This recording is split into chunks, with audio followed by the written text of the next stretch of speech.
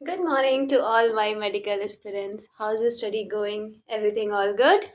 Okay, so let me give you my brief introduction. Myself, Dr. Nanda. I am a physiotherapist. I have graduated from SAMIG in SWATS and completed my 6 month internship together. And after that, uh, I have qualified UGC NET exam and CSIR NET. I have also appeared back in 2020 for NEET exam too. Okay, so from where we have left in the previous lecture, we are going to start from here. तो पिछले class में बेटा हम लोगों ने देखा था transcription के बारे में.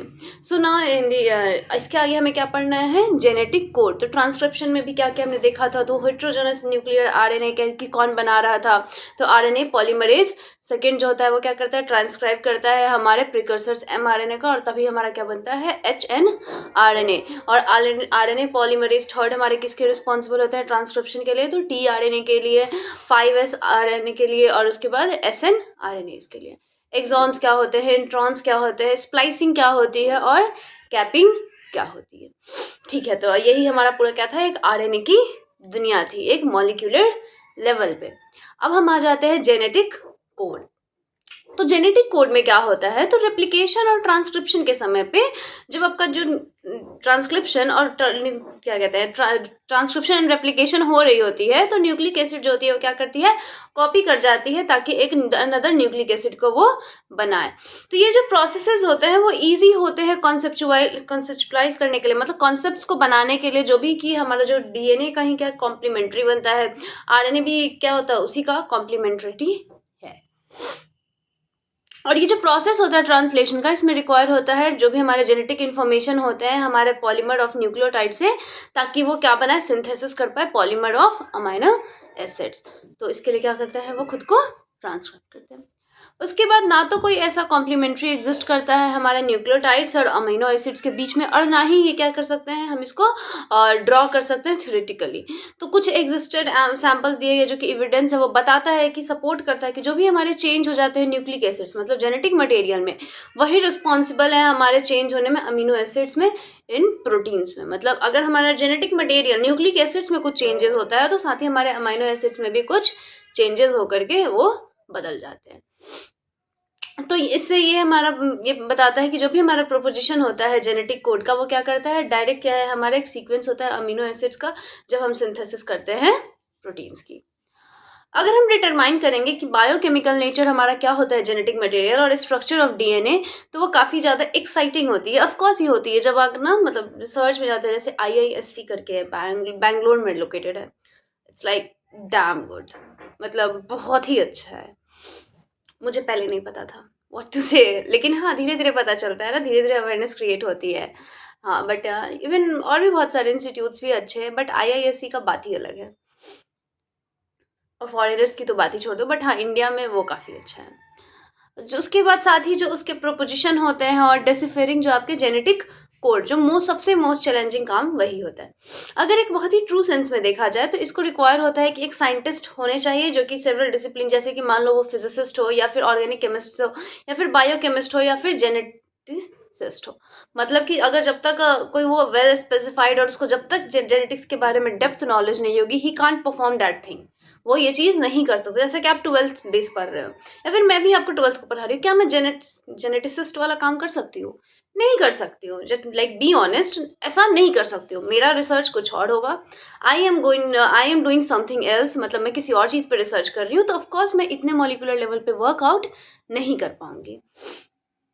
तो जो हमारे जॉर्ज गैमो थे, जो कि हमारे जॉर्ज गैमो थे, एक फिजिसिस्ट है, जिनका एक आर्गुमेंट हो गया था कि जो हमारे देयर आर ओनली 4 बेसेस, 4 ही बेस होते हैं, और इनको कोड करना होता है किसके लिए, 20 अमाइनो एसिड्स. जो कोड होती है वो एक कॉम्बिनेशन ऑफ बेसेस से होती है, और इन्होंने सजेस्ट किया था कि और जो भी ऑर्डर ऑफ कोड्स जो होते हैं, जो हमारे फॉर ऑल 20 अमाइनो एसिड्स के लिए, और जो कोड जो होता है वो हमारा किस चीज़ का बना होता है, 3 न्यूक्लियोटाइड से बने होते हैं. ये हमारा बहुत ही बोल्ड प्रोपोजिशन था, क्योंकि जो परम्यूटेशन, मतलब परम्यूटेशन कॉम्बिनेशन जो हम लोग बोलते हैं, 4 क्यूब, 4 इंटू 4 इंटू 4, जो कि हमारा जनरेट कर रहा था कितना, 64 कोडॉन्स को, और प्रोवाइड कर रहा था कि जो भी हमारा प्रूफ है कि प्रोवाइडिंग प्रूफ कि जो भी हमारा कोडॉन है वैसा वो क्या होता है, ट्रिपलेट नेचर का होता है। और ये काफ़ी ज़्यादा एक डॉन्टिंग टास्क थी, मतलब बहुत ही डिफिकल्ट टास्क है। म्यूटेशन याद होगी, सडन हमारे क्या होते हैं, जेनेटिक चेंजेस हो जा रहे थे, है ना, मतलब जेनेटिक चेंज हो रहा था जेनेटिक मेकअप में। और उसके बाद सीक्वेंस भी हमारा न्यूक्लियोटाइड ऑफ डीएनए का चेंज हो रहा था। AUG जैसे कि हमारा इनिशिएशन कोडॉन होता है, और UAG जो होता है हमारा ये टर्मिनल कोडॉन होता है। और ग्वानिन जो होता है ये रिस्पॉन्सिबल होता है क्या कहते हैं, कोई भी पॉच या फिर आपके स्पॉन्टेनियस पॉइंट म्यूटेशन के लिए। तो उसके बाद ये हमारा क्या कहते हैं, काफ़ी डॉन्टिंग टास्क था। तो जो केमिकल मेथड को डेवलप किया वो हरगोबिंद खुराना ने किया। वॉज ये क्या, इन्होंने इंस्ट्रूमेंटल सिंथेसाइजिंग आरएनए मॉलिक्यूल्स को डिफाइन किया, उसके कॉम्बिनेशन के साथ जो भी बेसिस जैसे कि होमोपॉलीमर्स और कोपॉलीमर्स के साथ। फिर मार्शल्स नीरेनबर्ग्स जो सेल फ्री सिस्टम में प्रोटीन सिंथेसिस को फाइनली वो बताने की जो है कोड्स होते हैं वो क्या करते हैं, डेसिफर करते हैं। और कुछ वहाँ पे क्या होते हैं आपके सेवोरो ओका एंजाइम होते हैं जिसको हम लोग पॉलीन्यूक्लियोटाइड फॉस्फोराइलेज बोलते हैं, जो कि क्या करता है, हेल्प करता है आरएनए को पॉलीमराइज करने के लिए, मतलब आरएनए को लिंक करने के लिए। और जिसमें क्या करते हैं, सीक्वेंसेस जो होते हैं टेम्पलेट पे वो क्या होते हैं, इंडिपेंडेंट मैनर में, जैसे कि एंजाइमेटिक सिंथेसिस ऑफ आरएनए से। और फाइनली उसके लिए एक चेकबोर्ड बनाया गया जो कि कोड क्या हुआ, प्रिपेयर किया गया कि वेरियस अमीनो एसिड्स के जो कोड होते हैं वो अलग अलग होते हैं। ये आपके एनसीईआरटी में दिया, टोटल दे आर 64 कोडॉन्स, जैसे कि फर्स्ट पोजीशन पे आपका दिया हुआ है। और पहले तो जैसे कि मोनोहाइब्रिड और डाईहाइब्रिड क्रॉस कराते हैं ना, उसी तरीके से इसको भी लिखते हैं। अगर यू होगा तो फेनाइल एनालीन, यू सी होती है तो फेनाइल एनालीन, मतलब ये थोड़ा सा लाइक इसको रिमेम्बर करना इट्स नॉट दैट इजी। और मतलब कुछ इंपॉर्टेंट जो होते हैं उसको याद रखा करो, जैसे कि AUG जो सॉरी हाँ AUG जो होता है आपका इनिशिएशन कोडोन, उसको हम लोग क्या बोलते हैं, मेथियोनिन। UAG जो होता है ये आपके टर्मिनल कोडोन होते हैं, ठीक है। और और खुराना ने सबसे पहले जो डेसिफर किया था ट्रिपलेट को कोडॉन्स को, वो थे साइटोसिन और वैलिन के बारे में बताया था। जो ट्रिपल यू होते हैं उसको फिनाइल एलानिन बोलते हैं, ट्रिपल जी को हम लोग ग्लाइसिन बोलते हैं, यू को हम लोग क्या बोलते हैं, सेरीन बोलते हैं, और ट्रिपल सी को प्रोलीन बोलते हैं, और ट्रिपल A लाइसिन। तो कुछ फीचर्स होते हैं, मतलब इतना याद रखना, triple U phenylalanine, triple G glycine, U को सेरीन बोलते हैं, ट्रिपल सी को हम लोग प्रोलीन बोलते हैं, AUG को हम लोग मिथ्योनिन बोलते हैं जो कि हमारा क्या होता है, इनिशिएशन कोडोन होता है, और AA को लाइसिन। कुछ हमारे सेलिन फीचर्स हैं आपके जेनेटिक कोड के, जैसे कि जो कोडॉन होते हैं वो ट्रिपलेट फॉर्म में होते हैं, और 61 कोडॉन्स कोड करते हैं अमाइनो एसिड्स को, और 3 कोडॉन्स जो होते हैं वो कोड नहीं करते हैं किसी भी अमाइनो एसिड्स को। मतलब इसका फंक्शन किसके तरह होगा, स्टॉप कोडोन, मतलब जो रोकने का काम करता होगा। तो कुछ अमाइनो एसिड जो होते हैं वो कोड करते हैं हमारे कोड जो होता है वो एक से ज़्यादा कोडॉन से वो कोड होते हैं, तो मतलब इसको कोड को क्या बोलेंगे, डीजेनरेट। जैसे कि मान लो जो ट्रिपल यू है वो भी फिनाइल एलानिन को कोड कर रहा है, WC भी क्या करता है, फिनाइल एलानिन को कोड कर रहा है, तो ये सारे कैसे वाले कोडॉन्स हो जाएंगे, डी जनरेट। जो कोडॉन जो होते हैं वो रीड करते हैं हमारे mRNA में ये कॉन्टिज्यूअस फैशन, मतलब कि वहाँ पे कोई पंक्चुएशन मार्क नहीं है, जैसे कि यू 3 लिखा हुआ है उसी के आगे डायरेक्ट कंटिन्यूड रहेगा, ऐसा नहीं है कि यहाँ पे कॉमा लगा देंगे तब ये अलग हो गया, ऐसा नहीं। वो पूरा क्या होता है, एक सीरीज में, मतलब कंटिन्यूअसली वो पूरा अरेंज्ड होते हैं। और जो कोड होती है वो नियरली यूनिवर्सल होती है, जैसे कि मान लेते हैं एग्जांपल, जो बैक्टीरिया और जो ह्यूमन में अगर ट्रिपल यू है तो वो कोड करेगी फिनाइल एनालीन के लिए, मतलब कितना भी लोअर ऑर्गेनिज्म हो चाहे हायर ऑर्गेनिज्म हो, सो दोनों का कोडॉन्स क्या होगा, अगर जो एमाइनो एसिड जो कोड कर रही है वो सेम ही होगी, इट वोंट चेंज। कुछ हमारे एक्सेप्शंस है इस रूल में जो कि हमारा माइटोकॉन्ड्रियल कोडॉन्स में देखने को मिला, और कुछ हमारे प्रोटोजोअन्स में। जो AUG होते हैं इसके ड्यूअल फंक्शंस होते हैं, ये कोड करता है हमारे मिथियोनिन के लिए जिसको हम लोग मेट मतलब शॉर्ट में लिखते हैं, और ये हमारा इनिशिएटर कोडोन होता है।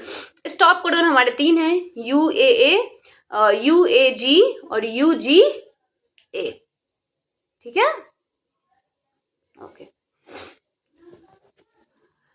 तो जैसे कि यहाँ पे एक सीक्वेंस दिया हुआ है न्यूक्लियोटाइड हमारे mRNA में, तो इसमें प्रेडिक्ट करना है कि सीक्वेंस क्या बताना जा रहा है। तो AUG सबसे पहले किसको कोड करती है, मिथ्योनिन को करती है, ट्रिपल यू किसको करती है, फिनाइल एलानिन को करती है, WC किसको करती है, तो वो आपका फिनाइल एलानिन को ही करती है।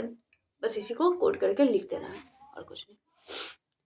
अब इसी का ऑपोजिट लिखने का भी कोशिश करो और उसके लिए भी कोड लिखने के लिए बताएगा, तो इसी तरीके से आप समझोगे। तो डिफ़िकल्टी हो रही है थोड़ी सी, क्योंकि अब क्या लेकिन अब क्या कर सकते हैं, आप कोरिलेट कर पाते हो उसके जेनेटिक कोड्स को, है ना। और ये आपके कैसे होते हैं, नॉन एम्बिगुअस होते हैं और यूनिवर्सल नेचर के होते हैं। और इसी सीक्वेंस में जो पॉइंट म्यूटेशन हो रही थी, है ना, इसी सीक्वेंस में हो रही थी ना, तो उसी को पॉइंट म्यूटेशन बोलते हैं। अब आ जाते हैं म्यूटेशंस एंड जेनेटिक कोड, जो कि कॉज, जैसे कि हमारे हीमोग्लोबिन में क्या कर रहा है, तो जो हमारे 11 क्रोमोसोम्स होता है वो शॉर्ट आर्म हो जाते हैं उस केस में, या फिर जो हमारा 1605 न्यूक्लियोटाइड्स होता है उसके 535 अमाइनो एसिड्स पे अल्टरेशन होती है। तो जो भी रिलेशनशिप्स होते हैं हमारे जीन्स और डीएनए के बीच में, इसको हम अच्छे से तब समझ सकते हैं जब म्यूटेशन को हम पढ़ते हैं। तो जैसे कि म्यूटेशन के बारे में हमने पहले भी देखा है, तो जो भी इफेक्ट होता है लार्ज रिलेशन या फिर रीअरेंजमेंट हमारे सीगमेंट ऑफ डीएनए में क्या हो जाता है, वो अगर कर लेता है तो इसका रिजल्ट क्या होता है, तो या तो लॉस हो जाती है या फिर गेन हो जाती है जीन को और उसके फंक्शन को भी। तो उसी वो इफेक्ट को हम लोग क्या बोल रहे थे, पॉइंट म्यूटेशन बोल रहे थे। तो जो क्लासिकल एग्जांपल एक पॉइंट म्यूटेशन का हम लोग लेते हैं, तो जैसे कि मान लेते हैं एक चेंज हो रहा है सिंगल बेस पेयर हमारे बीटा ग्लोबलिन चेन को, बीटा ग्लोबिन चेन जो है उसमें, जो कि रिजल्ट क्या दे रहा है कि चेंज हो जा रहे हैं हमारे अमाइनो एसिड रेसिड्यू में भी, मतलब ग्लूटामेट टू वैलिन। इसके रिजल्ट से हमें क्या देखने को मिल रहा था, सिकल सेल एनीमिया। तो जो भी इफेक्ट है हमारे पॉइंट म्यूटेशन को, जो कि इंसर्ट या फिर डिलीट या फिर आपके जो स्ट्रक्चरल जीन के बेस को क्या कर सकते हैं, डिफरेंट कर देते हैं। तो इसको हम सिंपल इस तरीके से समझ सकते हैं कि एग्जाम्पल करके दिया हुआ है। तो राम हैज रेड कैप, मान लेते हैं कि यहाँ पे इंसर्ट कर दिया जाए लेटर बी को किसके, हैज के बीच में, और रेड को क्या कर दे, रीअरेंज कर दे, तो Ram has B D cap. तो ये क्या हो रहा है, चेंज हो जा रहा है। और लास्टली जो हमारा निकल रहा है क्या है, Ram has big red cap. तो मतलब क्या ये सेम वही है, बिल्कुल नहीं है, यहाँ पे क्या हुई है, इंसर्शन हुई है, तो ये चेंज हो गया है। अच्छा, जैसे कि हमने इससे पहले पढ़ा था ना, क्या कहते हैं, ग्रिफिथ ने क्या किस पे एक्सपेरिमेंट किया था, Streptococcus pneumonia. Hershey and chase ने एक्सरे डिफ्रैक्शन स्टडीज की थी, है ना। वॉटसन एंड क्रिक ने डीएनए डबल हेलिक्स, और विल्किंस एंड फ्रैंकलिन ने आपके बैक्टीरिया फेस पे।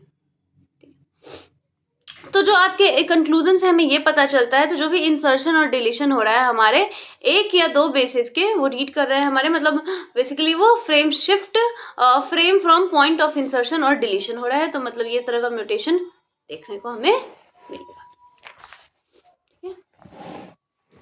फ्रेम शिफ्ट और डिलीशन म्यूटेशन। तो इंसर्शन और डिलीशन और थ्री जो हमारे मल्टीपल बेसिस होते हैं, वो क्या होता है, इंसर्ट हो जाते हैं या फिर डिलीट हो जाते हैं, और एक या एक से हमारे मल्टीपल कोडॉन्स के फॉर्म में। और इसलिए मतलब हमारे जो मल्टीपल अमाइनो एसिड्स होते हैं और रीडिंग जो फ्रेम रिमेंस होते हैं वो अनअल्टर्ड रहते हैं हमारे पॉइंट ऑनवर्ड के, मतलब आगे से भी अगर पॉइंट देखोगे तो वो बिल्कुल सेम रहेंगे, कोई प्रॉब्लम नहीं रहता है। अब आते हैं टीआरएनए, मतलब यहाँ पे हमारा जेनेटिक कोड खत्म होता है, कोडॉन समझ गए। मतलब जेनेटिक कोड में बेसिकली ये बताया जा रहा था कि जो आपके कोड, मतलब जीन्स जो होते हैं वो कोड्स के फॉर्म में रहते हैं, मतलब एक अमाइनो एसिड मिल करके क्या करता है उसे तीन अमाइनो एसिड, मतलब ट्रिपलेट के फॉर्म में रहते हैं, जिसको हम लोग कोडॉन्स बोल रहे थे।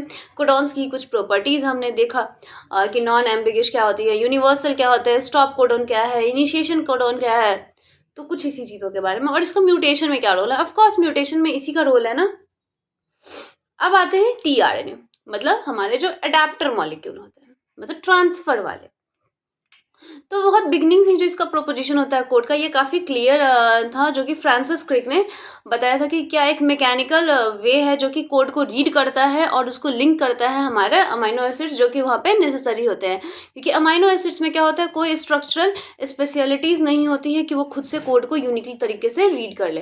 तो फिर इन्होंने बताया और साथ में बताया कि जो प्रेजेंस होता है अडेप्टर मॉलिक्यूल का, ये क्या होता है, हमारा वन हैंड रीड कोड करता है और अदर हैंड जो होता है वो क्या कहता है, बाइंड करता है स्पेसिफिक अमाइनो एसिड से। जैसे कि टीआरएनए, तो उसको हम लोग क्या बोलते हैं, सॉल्युबल आरएनए भी बोलते हैं, और जो कि हमारे जेनेटिक कोड से पहले इसके बारे में जाना जाता था, और इसका जो होता है रोल होता है हमारा अडेप्टर मॉलिक्यूल की तरह ये काम करता है। जैसे कि यहाँ पे दिया हुआ है टीआरएनए दी अडेप्टर मॉलिक्यूल, तो ये क्या कर रहा है, जैसे कि एक 5x3 हमें एक कोड दिया गया हुआ, तो एजीयू कोडॉन है, एंटी कोडॉन क्या होगा, यूसीए, और टीआरएनए बस क्या है, एक अडेप्टर की तरह काम कर रहा है, मतलब कि इसको लाने वाला।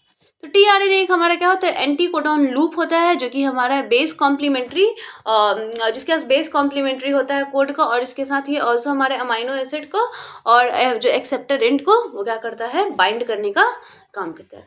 टीआरएनए क्या होता है, स्पेसिफिक होता है, हर अमाइनो एसिड्स के लिए ये स्पेसिफिक होते हैं। कुछ अनदर स्पेसिफिक टीआरएनए को हम लोग क्या रिफर करते हैं, जैसे कि हमारे इनिशिएशन टीआरएनए जो कि हमारा क्या था, मिथियोनीन थे। और हमारे कुछ जो हमारे नो टीआरएनए वो कौन से होते हैं, स्टॉप कोडोन्स। और जो सेकेंडरी स्ट्रक्चर होता है टीआरएनए का उसको हम कैसे निकाल सकते हैं, तो उसके जो शेप होता है उसका होता है क्लोवर लीफ लाइक शेप होती है। और एक्चुअल जो स्ट्रक्चर होती है टीआरएनए का उसको कंपेयर करते हैं हम लोग इन्वर्टेड एल शेप से। तो ये आपका क्या हो गया, आपका टीआरएनए।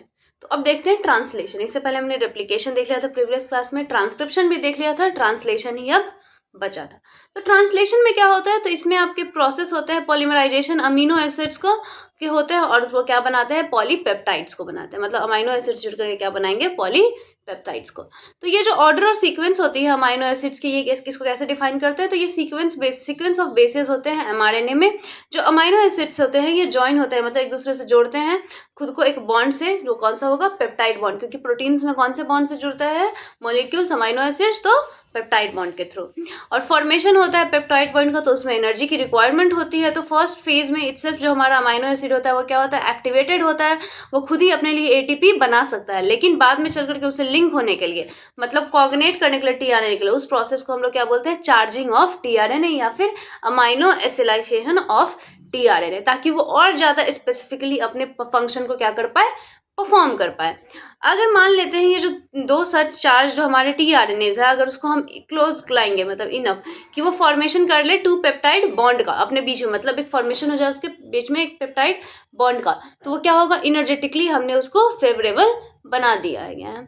और जो प्रेजेंस होता है कैटलिस्ट का, वो क्या करता है, रेट ऑफ पेप्टाइड बॉन्ड के फॉर्मेशन को और ज्यादा इनहेंस करता है। यहाँ पे जो कैटलिस्ट के फॉर्म में जो हमारा पाया जाता है वो होता है पेप्टाइडल ट्रांसफरेज, और ये लोकेटेड होता है राइबोसोम, हमारे लार्ज वाले सब यूनिट पे प्रेजेंट होता है। अच्छा, प्रोटीन का फॉर्मेशन आपका कहाँ होगा, राइबोसोम पे ही होगी ना, उसी पे तो जाकर के हमारा एमआरएनए जाकर के क्या करेगा, कोडोन बनाएगा, अमीनो एसिड्स को लेगा और वहां पे क्या करेगा, कोडोन का मतलब फॉर्मेशन करेगा और हमारे प्रोटीन्स लिंक करते चलेंगे।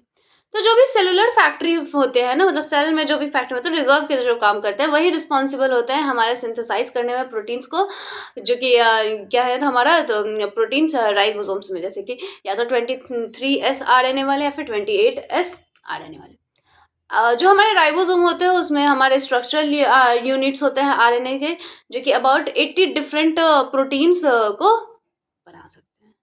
ये आपका 2023 में पूछा गया था। अगर ये इनएक्टिव स्टेज में होता है तो ये हमारा एग्जिस्ट करता है 2 यूनिट्स में, एक लार्ज यूनिट सब यूनिट और एक स्मॉल सब यूनिट। लेकिन जो हमारा स्मॉल सब यूनिट होता है वो इनकाउंटर करता है एमआरएनए से, और जो प्रोसेस ऑफ जो ट्रांसलेशन होता है हमारे एमआरएनए प्रोटीन का यहीं से शुरू होता है। जैसे कि यहाँ पे एक डायग्राम दिखाई हुआ है राइबोसोम ऐसे, और छोटा वाला नीचे था, तो नीचे वाले में आपको क्या है, स्मॉल सब यूनिट वहीं पे स्टार्ट हो रही।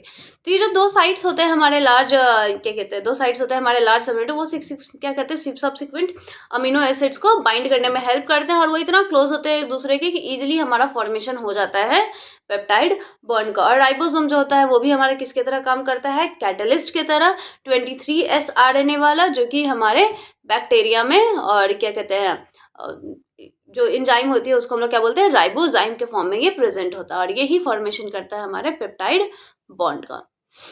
उसके बाद जो ट्रांसलेशनल यूनिट होती है एमआरएनए की, ये क्या होती है, सीक्वेंस होती है आरएनए की, जो कि फ्लैंक मतलब जिसको हम लोग क्या बोलते हैं, वो किससे शुरू होते हैं, तो स्टार्ट कोडोन से स्टार्ट होती है, मतलब कि क्या आना चाहिए, AUG। और जो स्टॉप कोडोन मतलब कोड का वहाँ रुक जाती है, और कोड फॉर अ पॉलीपेप्टाइड, वहाँ पे क्या करती है, पॉलीपेप्टाइड्स के लिए कोड कर देती है। और जो एमआरएनए मैसेंजर और आरएनए है उसका भी कुछ एडिशनल सीक्वेंसेस होते हैं जो कि ट्रांसलेट नहीं होता, और उसको हम लोग क्या बोलते हैं, अनट्रांसलेटेड रीजन बोलते हैं, मतलब UTRs, उसको क्या बोलता है, अनट्रांसलेटेड रीजन। और एनसीआर के भी नाम से आता है, जैसे नॉन कोडिंग रीजन। जो UTRs होते हैं वो प्रेजेंट होते हैं हमारे बोथ 5 एंड पे बिफोर स्टार्ट कोडोन और 3 एंड पे आपके आफ्टर स्टॉप कोडन। ये जो रिक्वायर्ड होते हैं ये हमारे एफिशिएंट ट्रांसलेशन प्रोसेस के लिए इसका होना जरूरी है।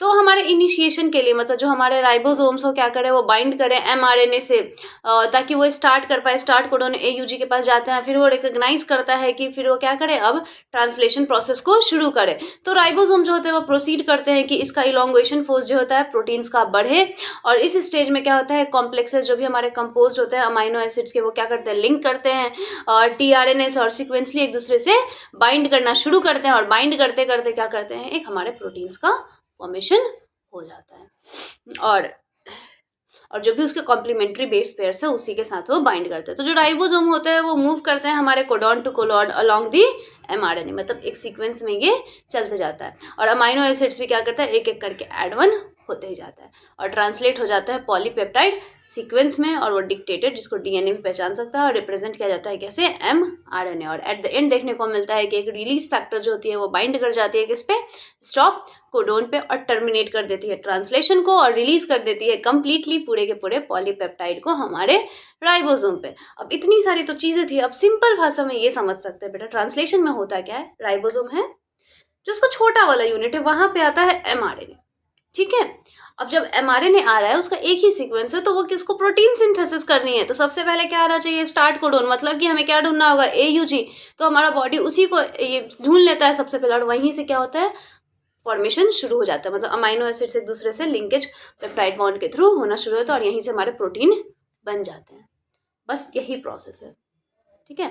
और जो नहीं बन पाते हैं उसको अनट्रांसलेटेड रीजन बोलते हैं। तो मॉलिक्यूलर लेवल पे यही वर्क करता है। देखो ये चैप्टर सच में अगर देखा जाए मॉलिक्यूलर लेवल बहुत सिंपल है, इट्स नॉट लेंदियन। अगर आपको पता है कि हाँ बन क्या रहा है, थोड़ा सा याद करने में डिफिकल्टी होती है, लेकिन अगर आप याद कर रहे हो, बट अगर सिर्फ आप इसको समझ रहे हो तो it's very easy to understand. किसी भी चीज को अगर ना मेंटली पहले प्रिपेयर रहोगे ना कि हाँ ये इजी है, ये टफ नहीं है, तो it will be easier to achieve. और ये मुझे शायद पहले नहीं पता थी, I didn't realise earlier.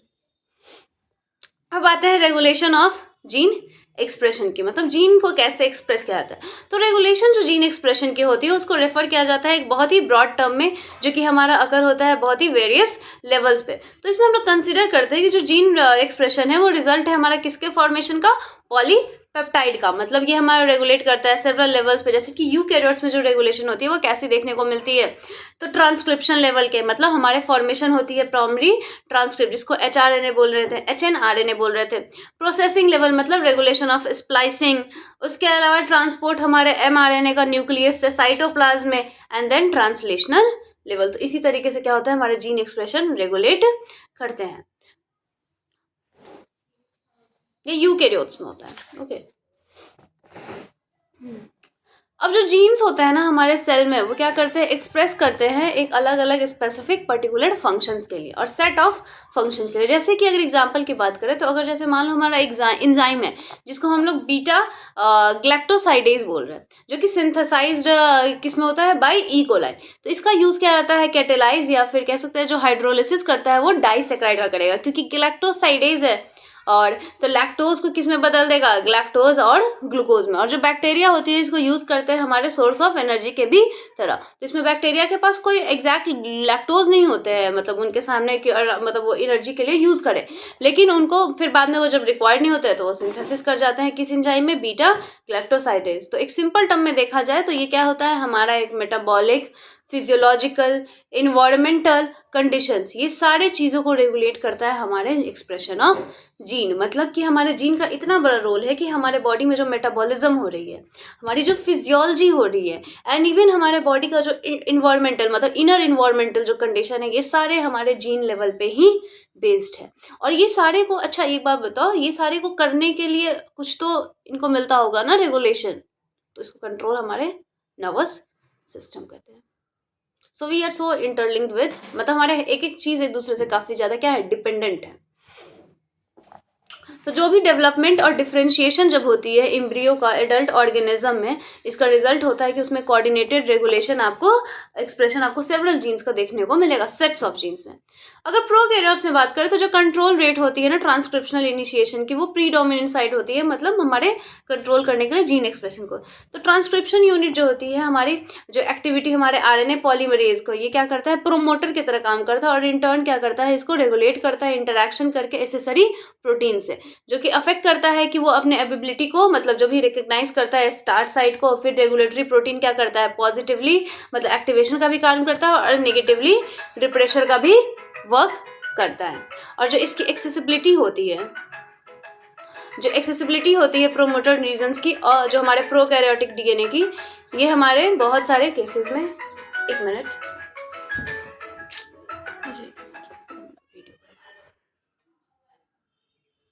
Okay, sorry for the inconvenience. तो जो हमारे एक्सेसिबिलिटी होते हैं प्रोमोटर रीजंस के आपके प्रोकैरियोटिक डीएनए के, ये बहुत सारे केसेस से रिलेटेड होते हैं। हमारे इसमें इंटरेक्शन होती है प्रोटीन्स के, जिस सीक्वेंस को हम लोग क्या बोलते हैं, ऑपरेटर्स। कल हम इस मतलब नेक्स्ट क्लास में हम लोग पढ़ेंगे लैक ऑपरेन के बारे में, और ऑपरेटर्स कैसे वर्क करते हैं हमारे प्रोकैरियोट्स में। Okay, so this is it. इस पे क्वेश्चन सॉल्व कीजिए। एंड यस, फिजिक्स को भी, physics is the very important part, and so the मतलब every subject have that, so उसको बनाइए। एंड ऑल द बेस्ट, जितना आप अपना मेहनत कर सकते हैं, because every day of your efforts will count whatever you do. Okay, so thank you, bye bye, have a nice day to you.